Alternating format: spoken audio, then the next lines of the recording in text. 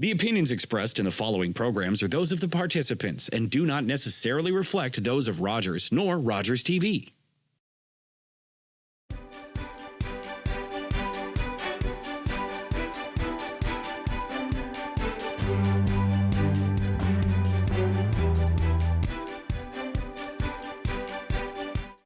Hi, and welcome to Politically Speaking. I'm David Shearman.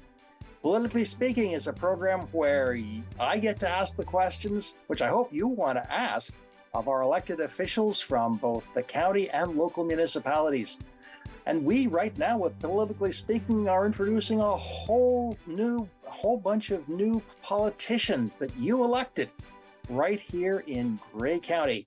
My guest today is Mayor-elect of Meaford, Ross Kentner, who is certainly no stranger to the people of Grey and Bruce counties, but he's wearing a new hat, Mayor-elect of Meaford. Ross, welcome. Good to see you. Thank you very much, and good to work with you again, David. Yes, we are not strangers. We have talked on many occasions over the years. And for you, I suspect, if I can be so bold as to suggest, like me, you have failed at retirement. Yes, I'd say that. You went into politics and I'm in broadcasting. Something weird about that. I prided myself for 57 years that I was in broadcasting on not having dabbled in politics. And then when I did retire in 2018, I wasn't long finding myself underfoot in the kitchen, and I decided to run in the 2018 election as a councillor. And it was very difficult not to then take the challenge of running for mayor this year.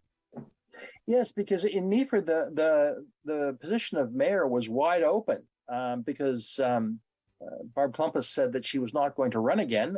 She didn't announce that until after I announced my candidacy on May 2nd, which is the very first day that you can declare your intentions.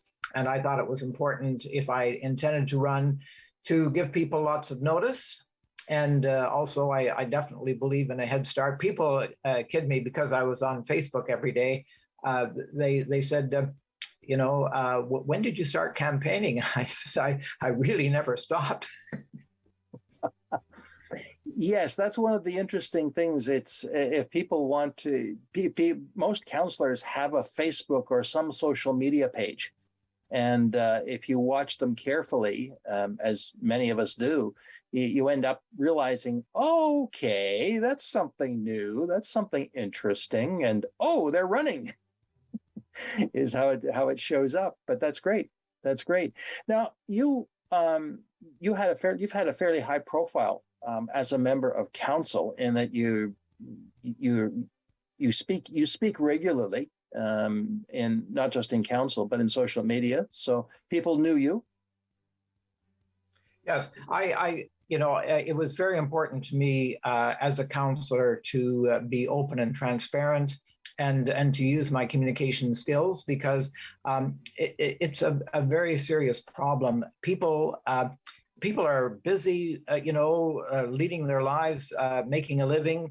They don't have time for these things. And it's only when their ox is personally gored that they get interested in municipal affairs or even the senior levels of government. So it's very important for them to be informed. And in my view, we're very lucky. We have the Meaford Independent here. It's both the online, and you can get a paper, and you don't even get ink on your fingers with the Meaford Independent. It's a fine paper. But the thing is, they cannot, it's a weekly, and they cannot cover everything. I mean, our agendas are hundreds of pages at times. And so to me, it was important to let people know what council is doing, and also to explain the process and help them understand that better. Do you find that is a really important factor, that people just sometimes don't understand the process as a whole? I think that as a new councillor, I didn't understand the process that well. And let me say how bitterly disappointed I was in things like public planning meetings, which, are supposed to be people's opportunity to ask questions and get answers. They can ask their questions, but they sure don't get answers. So, there's a lot of things that kind of surprised me, and I felt that we really needed some positive change. And what I did actually in my campaign was brand it as Ross Kentner, Mayor for Positive Change. And I think that made a big difference because I had that everything from my 15-second spots on the air to right on my sign, everything I did, any print materials, Mayor for Positive Change. Sure. I think the idea of branding is something that is more recognizable at the upper levels of election politics, the provincial and federal levels, because the parties brand themselves and their candidates. But we don't see it all that much in municipal elections, except perhaps in the big cities. I noticed John Tory did a specific branding.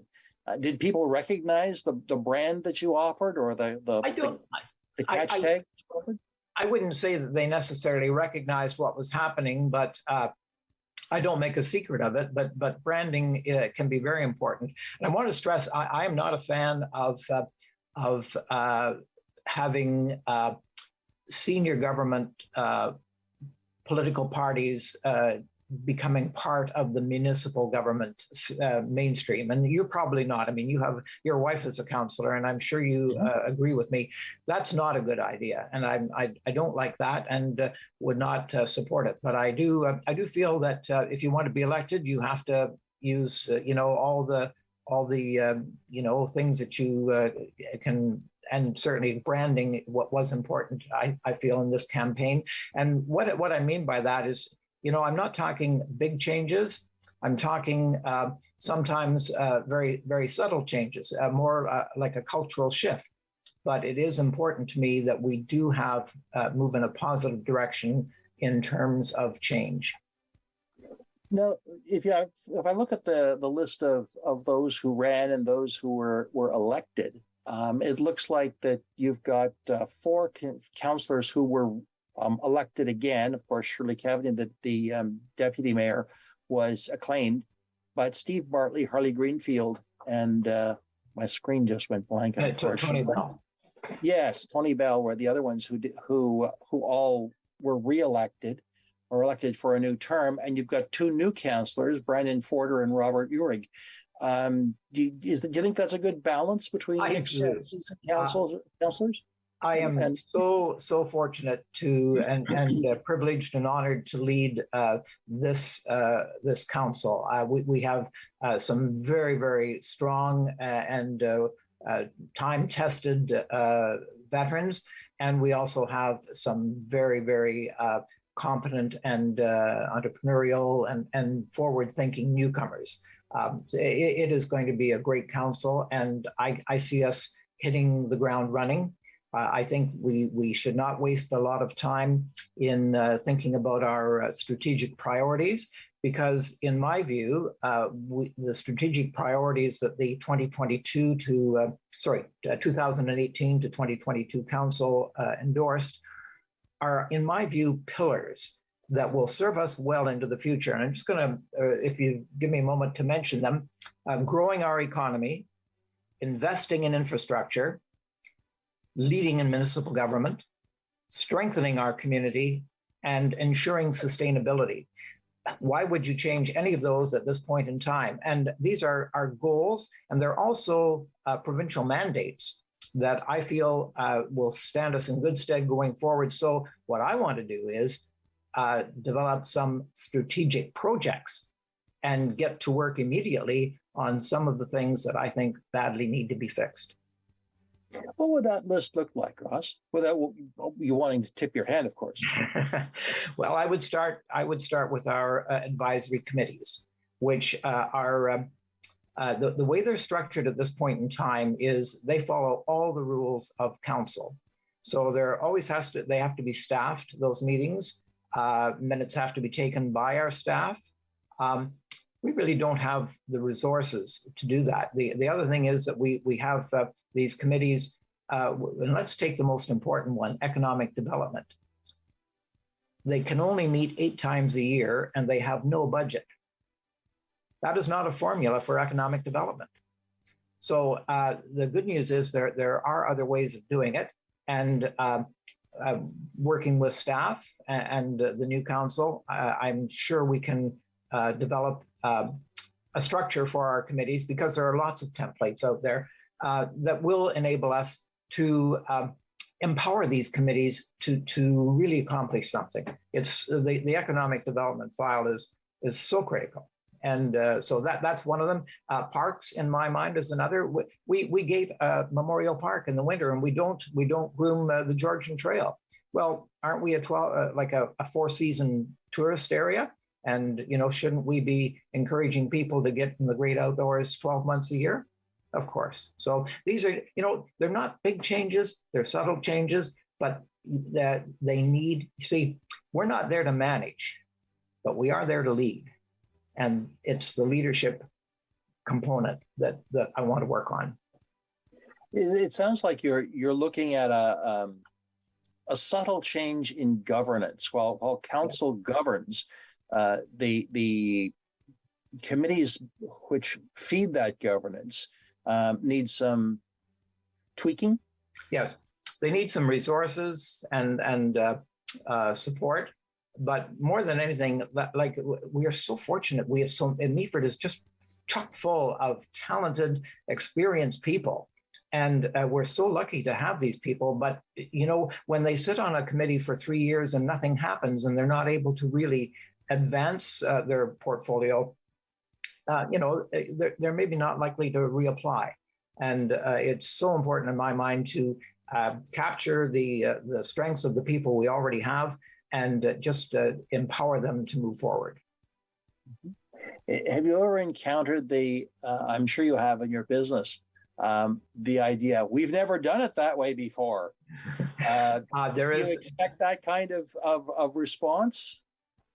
I expect that we have a great staff and some extremely talented people, and it's all about talent. That my whole career was based on developing, recruiting, and retaining and developing talent, and we have a very great staff here, and they know what I'm looking for, and I'm very confident that we'll work collaboratively and develop the changes that we need. And it's more than anything a matter of timing. I don't want to spend a lot of time getting our feet wet, because we've got these veterans on council. Harley Greenfield, a veteran of over 22 years, and then we've got these two newcomers who are extremely well versed, experienced, both business people, many connections. Robert Uhrig, you may remember, was once involved in the Grey Bruce Arts Council. Mm-hmm. And as I say, it's going to be a great council. And I think that there's every opportunity to get in early and make these 4 years count, because I have said it before, and I'll say it again, the future is already here, and we're not quite ready. One of the issues that has been raised across the province in municipal elections is the issue of gender balance. Do you feel that plays any role in Meaford's council at all? Well, you have to understand that our mayor and our deputy mayor were both women, and the mayor is still in her chair until the inaugural, which isn't until later in November. I would have liked to have seen more women running for council. And it disappoints me to hear the reasons that I hear that more women weren't running. But I'm going to tell you something about the job of a counselor, because I hear it over and over again. What kind of a fool are you? What did you do this for? How? And you know what? My very first experience when I applied for my first and only job, really, talking to Bill Hawkins back in 1960, and he said, really, I studied up and learned how to operate in the control room, and it was a complex thing in those days. Everything had to have an operator, and I learned all that, and I was wanting a job as an announcer. And so this opportunity came up, and Bill interviewed me. He said, really, Ross, he said, I've only got one question for you. I said, fire away. He leaned over his desk at me like this, and he said, I want to know how you would enjoy waiting on tables.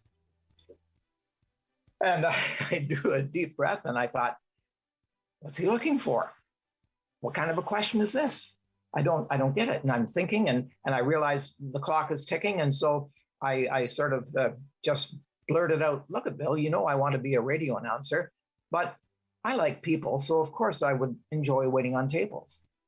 And he said, I'm so glad you answered that way, because if you hadn't, we wouldn't want you. You wouldn't be cut out to be a broadcaster, because you have to enjoy taking care of people. Taking care of people is what a counselor does. And that's the job. And if you enjoy it, as I thoroughly do, it's not work at all. I've always said this about broadcasting, you know, if you enjoy your job, you don't have to work a day in your life. And, you know, I never have worked a day in my life, I guess. Anyway, I really mean that. I think that anybody could enjoy being a counselor, but you do have to enjoy taking care of people. It's interesting you mentioned that Ross, because that is one of the, I've referred to it in the past as the less known parts of political life, because there is the governance function, which is you see in doesn't matter where it is, whether it's the House of Commons or legislature or municipal council chambers. But there is what is sometimes referred to as the caseworker function, which is taking care of people.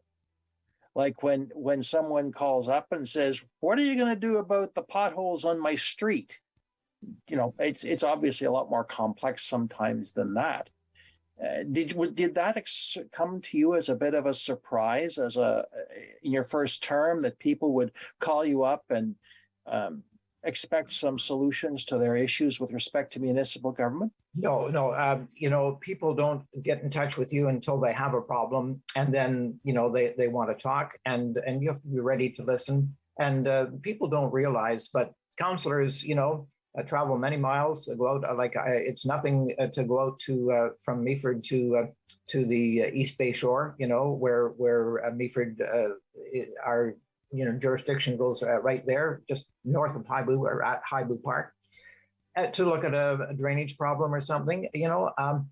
And really, there's the amazing thing is a municipality like Meaford, only slightly smaller than the city of Toronto, with you know, an enormous number of kilometers of roads, an enormous number of bridges and other infrastructure. It's almost impossible to be familiar with all of it. And in 4 years, I have, there are still places that I haven't been in the municipality, although I'm much more familiar with many of them. So, you know, that's the education part. You have to, you know, learn more about your own backyard and understand it better. But no, I wasn't surprised by that. And honestly, I found people to be very gracious. I used to deal with, you know, angry listeners all the time in broadcasting, because if somebody's name got in the news and they didn't think it was fair or whatever, you know, you'd have all kinds, or they heard a record that they, you know, thought was improper or whatever. And I always found, you know, that first you have to listen, and then you have to be, you know, very polite, and you have to help them, you know, find a solution. But at the end of the day, if you do that, people are very gracious. Do you find yourself acting as a buffer between, or an interface? Let's not use the word buffer, yes, but an interface, yes, between the problem and city staff, yes, or municipal, yes, staff? Because as a counselor, you know who should be dealing with that drainage problem, but that might not be obvious just to someone who just has a drainage problem. Yeah, very often you are that buffer between staff and the public, for sure. And one of the things I'm trying to do, and I'm getting a lot of support from our CAO. I've seen some tremendous changes just in the past 4 years, and I'll give you a couple of, for instances. We've had 2 occasions in recent months where the public was invited to come either to, I think it was Bogner Hall, it might have been Woodford Hall, or to the arena, where they could sit down and talk to any member of staff that they wanted to about any subject. It's a great idea, and people took advantage of that. And I think that I feel bad for municipal staff.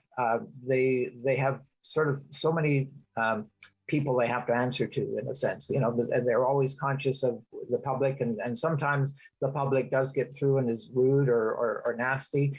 So, and I'm sure that people just aren't always sure how they should respond. They have to answer to their bosses, and so and it's a counselor's job, to be very discreet and not be interfering in the chain of command, or we're not, as I say, we're not there to manage. We're there to lead.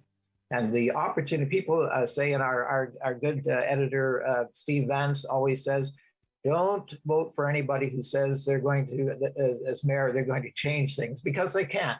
But the thing is, we do have that opportunity to lead. And that's leading council, and it's also leading our CAO, our chief, our one and only employee. And that's a very important relationship.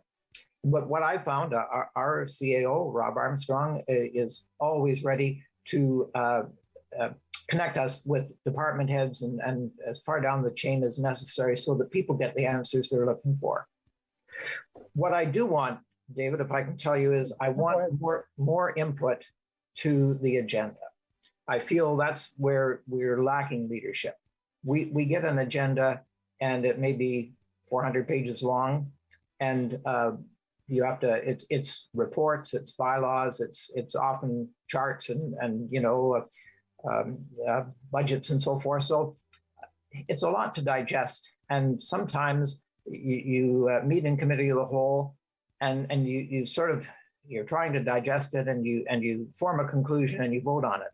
But I've found more often than not, after 2 weeks of sober deliberation, and maybe you get talking to your wife about it, or maybe you bump into somebody on the street, or heaven forbid, maybe you meet with 2 other counselors. If you meet with 4, if you get 4 together, you've broken the law.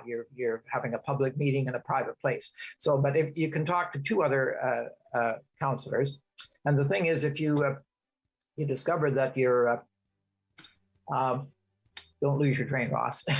If you discover that you've changed your mind, we end up going back and voting, and we've had some 6-1 decisions on a couple of contentious issues where only the mayor supported the staff position. And I think that wouldn't happen if council had a little more input to the agenda. So back in 2021, which isn't long ago, George Cuff, a very clever expert on municipal affairs in Canada, wrote a book called The Mayor. And reading that book helped formulate some of my ideas and reasons for running, and support for the whole idea of running for mayor. In the book, he says that in a perfect world, the mayor, he or she, would bring each member of council on a rotating basis into their agenda setting meeting, so that over time they know what is coming down. They've also had an opportunity for input. And I just feel too much of our agenda is coming, first of all, from the province, and we have to rely on staff to tell us what the province is mandating. But the rest of it is staff's agenda, not ours. And I'm thinking, we need a chance to also influence the agenda, and to make sure that some of the things we're concerned about get dealt with. So that's a big part. That's what I call positive change. A little more influence on the agenda by the actual council. It has been said by others who have sat in the chair you're about to sit in, that the mayor actually has very little power, but lots of influence. That's exactly what George Cuff says in the book.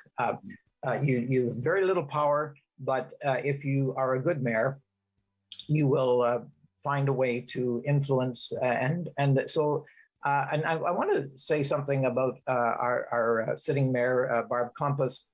She always did an excellent job of making sure that everybody was heard on a subject before she made her comments. And George Cuff certainly, emphasized that, and that will be partly my objective. And I have a really good example to follow, because I believe that Barb did an excellent job of that, of making sure that everybody had their say, and that an issue was thoroughly discussed. And only then would she bring forward her thoughts. And I want to model that, because that's also what Mr. Cuff says is the way it should be done. You referred a moment ago to the things the province wants and wants municipalities to do. Basically tells you what you have to do. We're seeing a lot more of that. I've had that conversation with other mayors already, but I'm certain this will be a common issue over the next 4 years. Does that concern you, that there is that the government is basically dictating what needs to happen? Can I say it sure as hell does? Sure. Because, of course, it concerns me. And you always find, like I've been a student of politics for many years as a broadcaster, and I can tell you whenever the senior governments get in deep, then they dump on the municipalities. And they're sure doing it in style right now. I'm so frustrated.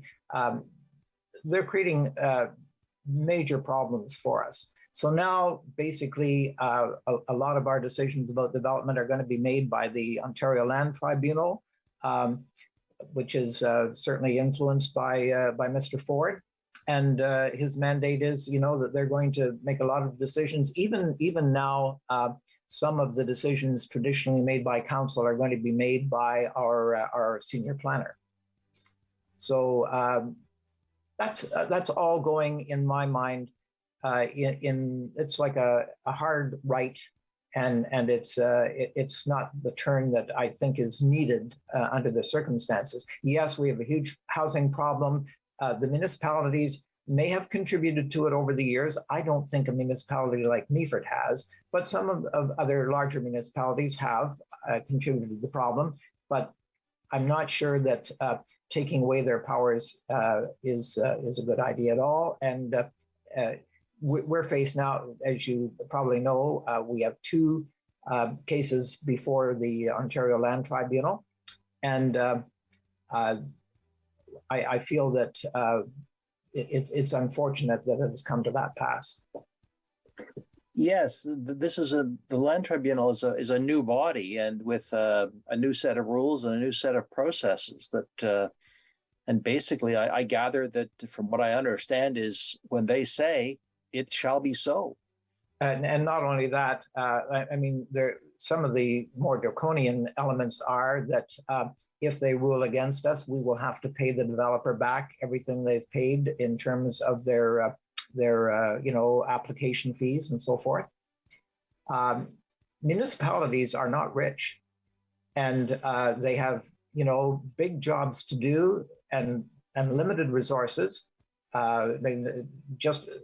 Taxpayers are definitely under tremendous pressure, and we sort of accepted that a year will not go by that you won't see a tax increase on your property taxes, but people can only bear so much too. And what the Land Tribunal just adds a whole new layer to the problem. Now, I understand that town of Blue Mountains, for example, has maybe had 20 of these cases, whereas because we have not seen the development they have, but it is coming, and it's pretty much here right now. So, well, Ross, we're going to take a quick break, and we've got a lot more to talk about. As a newcomer to the show, yeah, we've got a lot to talk about. I'm David Shearman, friends, and we will be right back.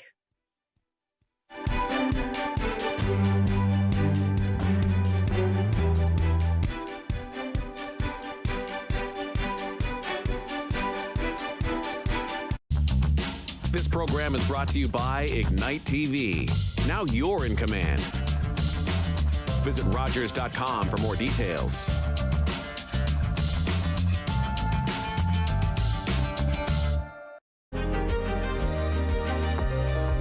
watching Rogers TV. I was born and raised in Musqueam First Nation territory by my mother, who spoke Hunkaminam to me. As a child, I ceased using my mother tongue, as to use any language other than English was considered not being Canadian, so I was told. The old people came to me in a dream and reminded me of who I am and where I come from. I have reawakened. My roots are strong, and I'm no longer a silent speaker. My language tells me where I'm from. It defines me and guides me to teach others to learn and understand our culture and traditions. A gift for those in the present and the unborn generations. What was lost is found. What was asleep has awakened. My blood is here, and I am complete. I have returned home. October 5th, 2014, my daughter was hit by a train.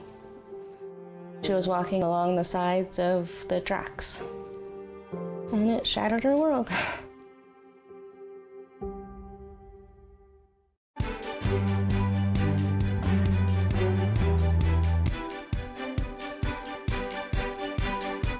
Hi, and welcome back to Politically Speaking. I'm David Shearman. My guest is the mayor-elect of Meaford, Ross Kentner. And we've been having an interesting conversation about things that are important to Meaford and, of course, to Ross, so that he can elaborate a little more on what he has been able to say in the political campaign. So let's come back to where we left off, Ross, because I wanted to, you touched on taxes, and taxes are probably the one thing that most people get excised about, simply because, as I've said before, they're the one tax that is right in front of us.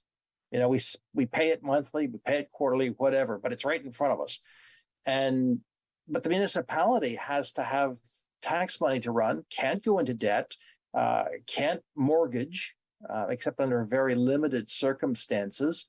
You got to have a balanced budget every year, and that's tough work, both for a council and for staff.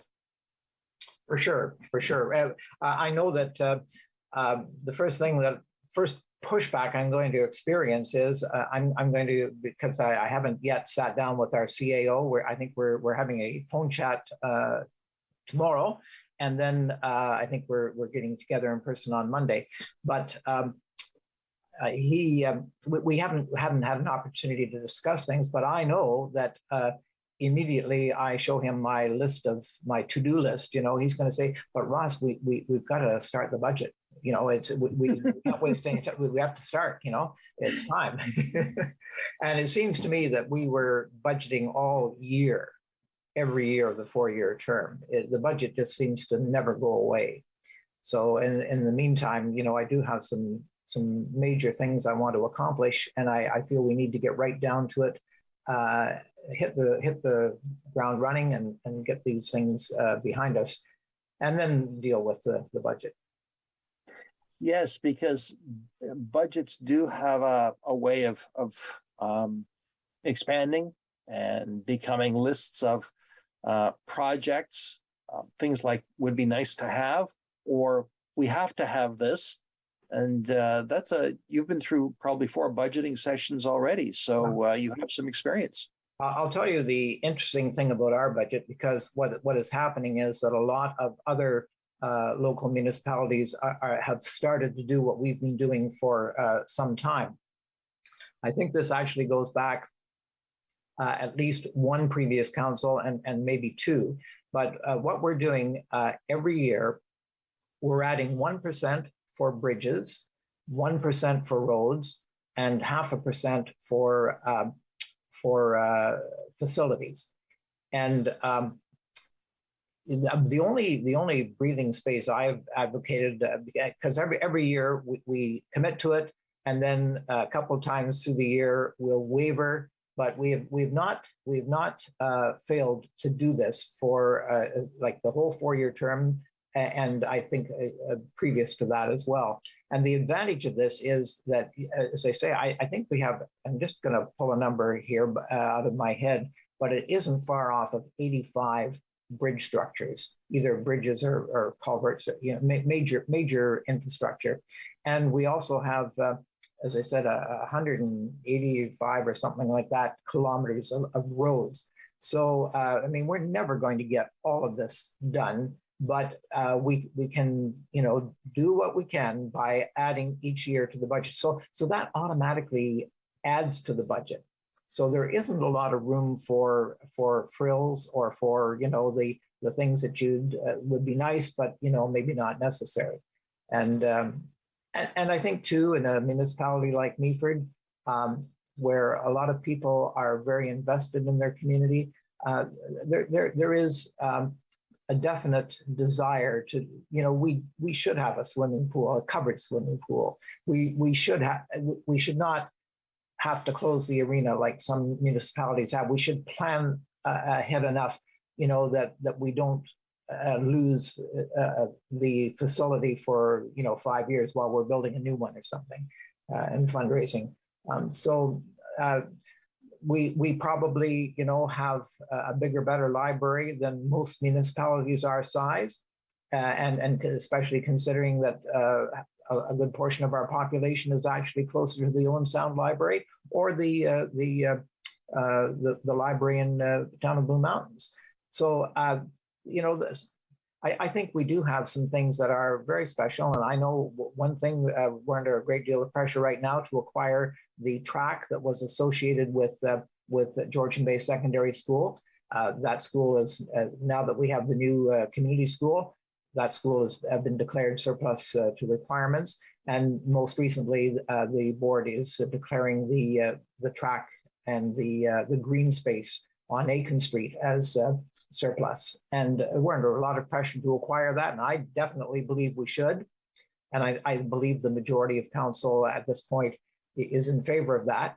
But we can't be spendthrift either. We're going to have to figure out how we can do this and not puncture our success. One thing I have to say, we do have a lot of money in reserves, on the order of $18-20 million in various reserves. So Meaford, as a municipality, is in a healthy position. But at the same time, we have a very looming storm, which is the fact that we are running out of capacity at our sewage plant. Our water treatment, like our potable water treatment plant, is got tons of capacity, but the sewage plant has not. And we're doing a number of things to try and maximize the capacity for as long into the future as we can. But I can tell you that the number of developments that are planned for Meaford now, it wouldn't take long to run out of that capacity. So that's a major issue, and we're talking the kind of money that I'm not exactly sure, whether I should have got elected there or not. Well, I do know what the cost of the Owen Sound plant was, and we're looking at the tens of millions of dollars, and I'm sure the cost has gone up since then. But at the same time, you don't want to find yourself in the same position as Collingwood, who had to shut their development off completely while they figured out what to do about their water and sewer issues. And so it's kind of, you've got, on one side, you've got a good system. On the other side, you've got a lesson in what will happen if you don't do something. So it's a very difficult position to be in. But certainly that'll be a part of your conversations over the next period of council, I'm sure. No question. Now, you were quoted as saying in the Sun-Times recently that Meaford has a limited tax base, unable to support a growing desire for more services. Do you want to say a little more about that? Well, I think that's just what I just said. And I'm not sure that was anything that I actually said on election night when the votes were being counted. But at any rate, it's true. And I think it's because people are so invested in this community. They want to see parks, they want parks open year round. They want to green space with every development, and sometimes that's hard to manage. Just lots of wants as well as needs, and balancing that is going to be tricky. A longtime CAO of a municipality in Grey County once said, people love their services. They just love their services and they don't want to give them up. But that's your problem, not mine, fortunately. So, and what I find is most people actually can find something wrong with just about all of their services, you know. And I'll give you the best example I can think of is garbage collection. So we, like our actual garbage, we have a good recycling system in Meaford and we recycle a lot, but garbage is only picked up every 2 weeks. And that's not a problem in the winter, but in the summer, it's a real problem, and but the cost of adding to that. So that sort of takes me.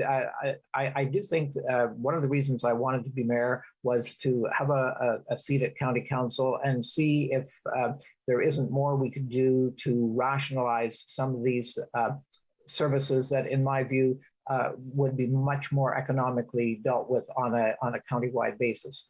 And the other thing is that it's very, very important that your mayor and your deputy mayor see eye to eye on a wide range of things, because what I found looking into the record was that very often Meaford lost its voice at the county council table because the mayor and deputy split our vote. And that just simply means that, you know, we might as well have not been there. That's I want to correct that, and I've had many conversations with our deputy mayor, and we do see eye to eye on a wide variety of issues, and I'm sure we'll find a way that Meaford gets its voice back, and that we do a good job there. People don't generally understand the upper tier very well. But when you tell them, well, they get 27 cents out of every one of your tax dollars, they get a better picture, you know. But we get a lot for that. The county deals in, you know, they have highways, they have bridges, they have infrastructure. They provide many services and things that are just, you know, sort of below the radar. I'm talking about, you know, children's aid, about paramedic services, about social housing, and you would know this from your experience as a minister, David, that these are vital services. And there's something, by the way, just so you know, that drew me into the political arena back in 2018. It was at the time the county was toying with the idea of selling off it to the private sector, the county homes, and I felt that was a dreadful mistake. And I wrote a letter to the editor, and it wasn't long that then I was throwing my hat in the ring, and I would have liked to have run for deputy mayor at that point, but there really wasn't a vacancy, and I thought, well, I need to do my due diligence and serve a term as a councillor and learn the ropes, and then I could look at mayor or deputy down the road. And as it turns out, the opportunity was really for the mayor's chair. So that's why I ran. But so I'm looking forward to getting to county council. And I do believe strongly, I know that long-term care is going to be extremely expensive. The problem is that the province mandates the standards and we have to pony up the money. You know what I mean? It's challenging. I think you're onto something there, Russ. You talk about waste. A couple of weeks ago, I was at the transfer station here in Owen Sound, and a gentleman approached me. He said he was a relatively new resident of Meaford, and he said, "Doesn't Meaford have a transfer station?" I said, "No, Meaford doesn't. It's all handled here. If you want to bring you have your garbage collection, and you have organic collection. Owen Sound doesn't have organic, but it's got a transfer station. So it's those choices that municipal councils make that dictate what you have in your municipality." But he was quite concerned that there was no transfer station in Meaford, and well, that's the choice. Talk to your councillor. This was before the election, so I said, "Will you talk to the people who are running for office?" So I don't know whether he followed up on that, but that's my point, is that we have different types of services depending on the municipality. Now, I was going to ask you too, Raj. Let's switch a little bit. Let's switch it up a little bit, because I wanted to ask you: the voter turnout in Meaford dropped from 43.8, almost 44%, to 37% in this election. Do you think that's a cause for concern? It's always a cause for concern. It's really, really frustrating and concerning, that the participation rate is going down. I feel that people were very engaged in this election. The people I talked to were very, very, in my case, supportive of the positive change message, and were very active and so forth. But so why the low turnout? And it's hard to digest. But I'm chalking it up in part to it. It depends to what extent your own ox is gored. Like whether or not, like, people who are concerned about the development issues in Meaford, of which there are many, that they would be, very active. But maybe some people, simply don't care or feel it doesn't impact them. Our editor, Steve Vance at The Independent, did a very, very, I thought, soul-searching editorial about, because basically a third of the people voted by staying home. And now part of the problem may have been the fact that we had 12 candidates for the 5 council seats. And I think the people who are very civic-minded came out to, I saw same people at 3 different all-candidate meetings, because they wanted to learn what these new councillors stood for, or who among the incumbents were they wanted to, invest in them. But yeah, it's a real concern, and I'm not sure what to suggest the answer is, but I think that's why I believe it's very, very important that we keep in touch with ratepayers right through the year, because I believe that 4 years is a long time. People actually hibernate from local politics. They over a 4-year period, they just lose interest. It's very hard for people to keep involved in their municipal government, because the meetings are at 1 o'clock in the afternoon. Most people are working. Do they have time to, dial up a YouTube video and watch, 3 or 4 hours of discussions? Of course not. You know what I mean? Unless they're really involved in a particular issue, they just haven't got the time or the energy or the interest in doing that.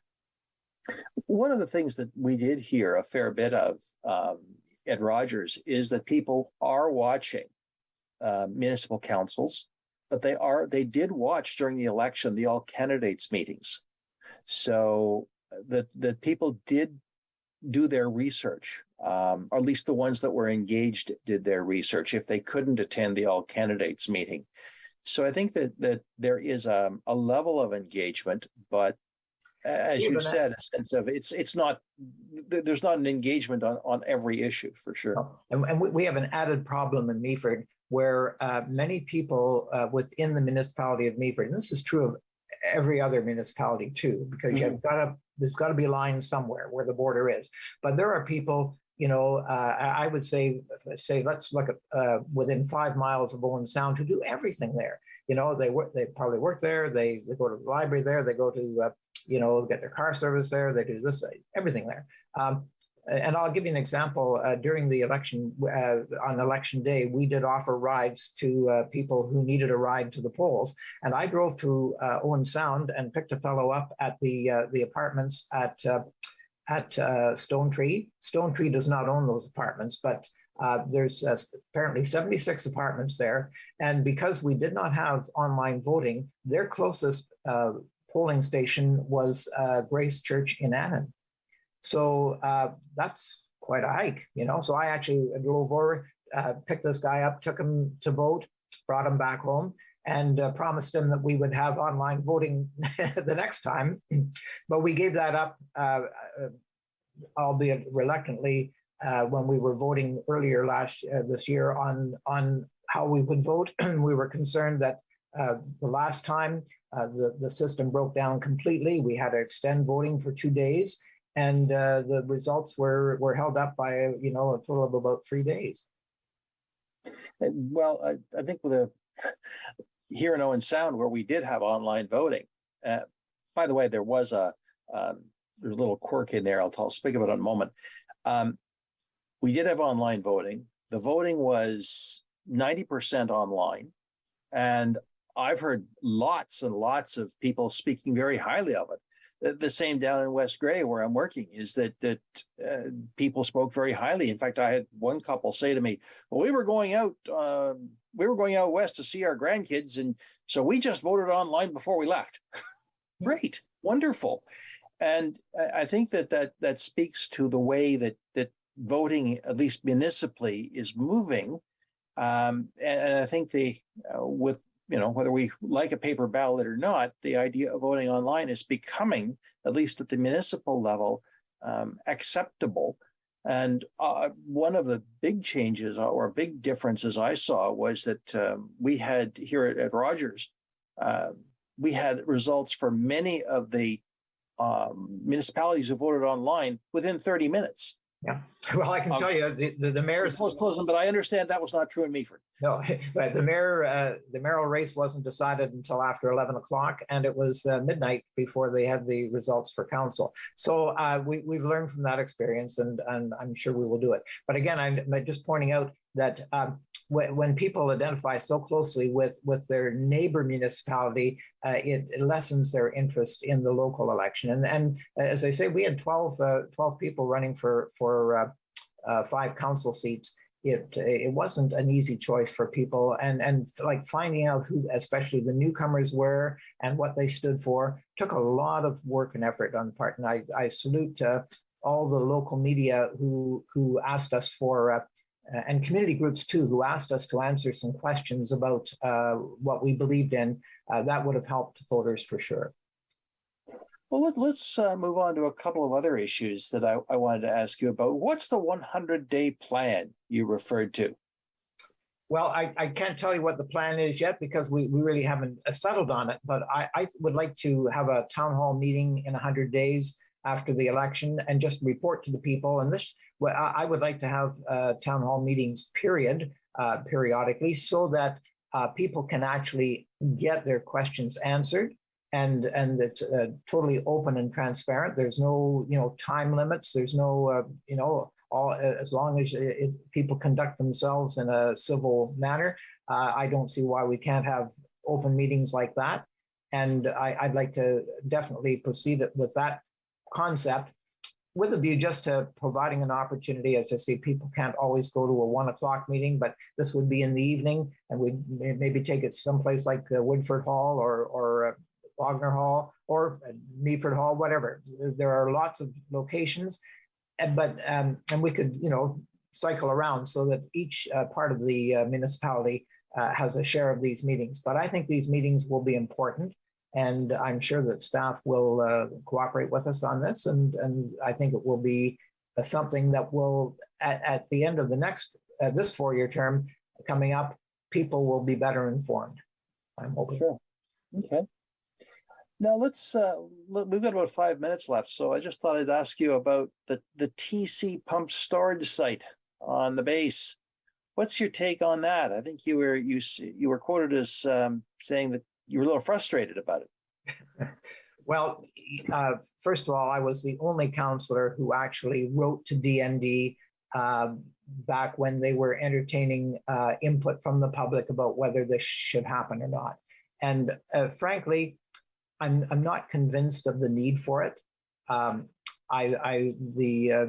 ISCO, they claim that it isn't necessary.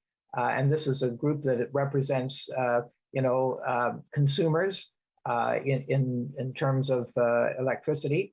They don't see the need for it. But here's the thing: as mayor, if this does happen, then it's going to be my job to make sure that it is the best possible, outcome for Meaford. And I will say that TC Energy has been very, very good at offering me every opportunity to educate myself on their plans and on the rationale for this and everything like that.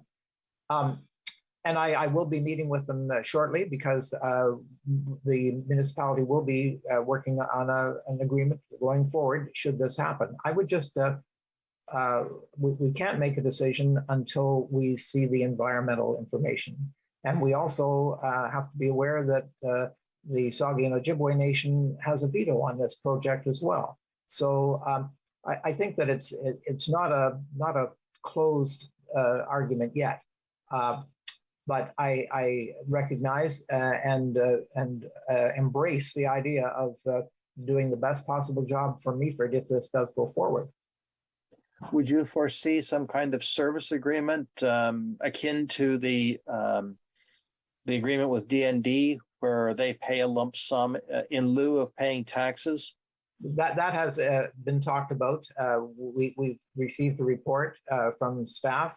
And that is definitely something that, and actually a report from TC Energy to staff, which has been relayed to us, and it definitely speaks in those terms.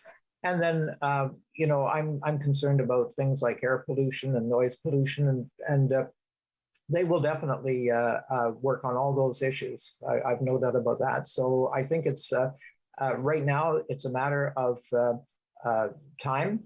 We have to see, get the results of these different studies. And we're also going to have them peer reviewed at TCE's expense.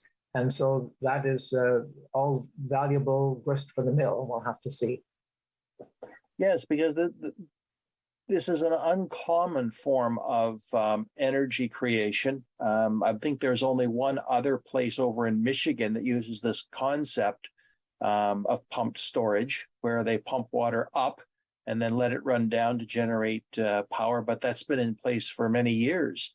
And this is a new generation. So we'll have to see where it comes out. Yeah, my concern is more the disruption to the environment. We're talking like the Niagara Escarpment. We're talking Southern Georgian Bay. These are, let's put it this way, there is only one Georgian Bay. And if anything happens, to the quality of that water, then there's only one. And it's the same with other aspects of it, the Niagara Escarpment. This, when you spend $4.5 billion altering the landscape, you're going to make a difference. Sure. Well, Ross, I hate to end this, but believe it or not, we've come to the end of our time. And I want to thank you for your candid conversation and your thoughts on your upcoming term. And it's been a pleasure to have you. And I can assure you, we will talk again. Oh, that would be great. And Dave, it's good to get back together. And thank you very much for your kind words. Thank you. And thank you, friends, for being a part of Politically Speaking. I'm David Shearman. My guest has been Mayor-elect of Meaford, Ross Kentner. And absolutely, you and I will talk again. Take care.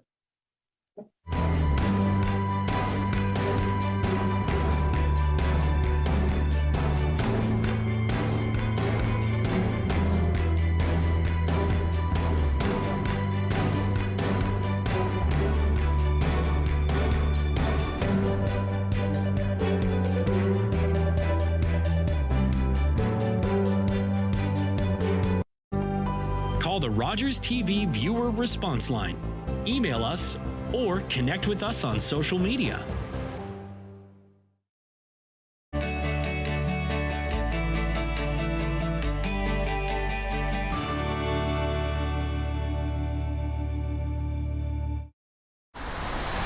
Are you the type who would keep going or stop?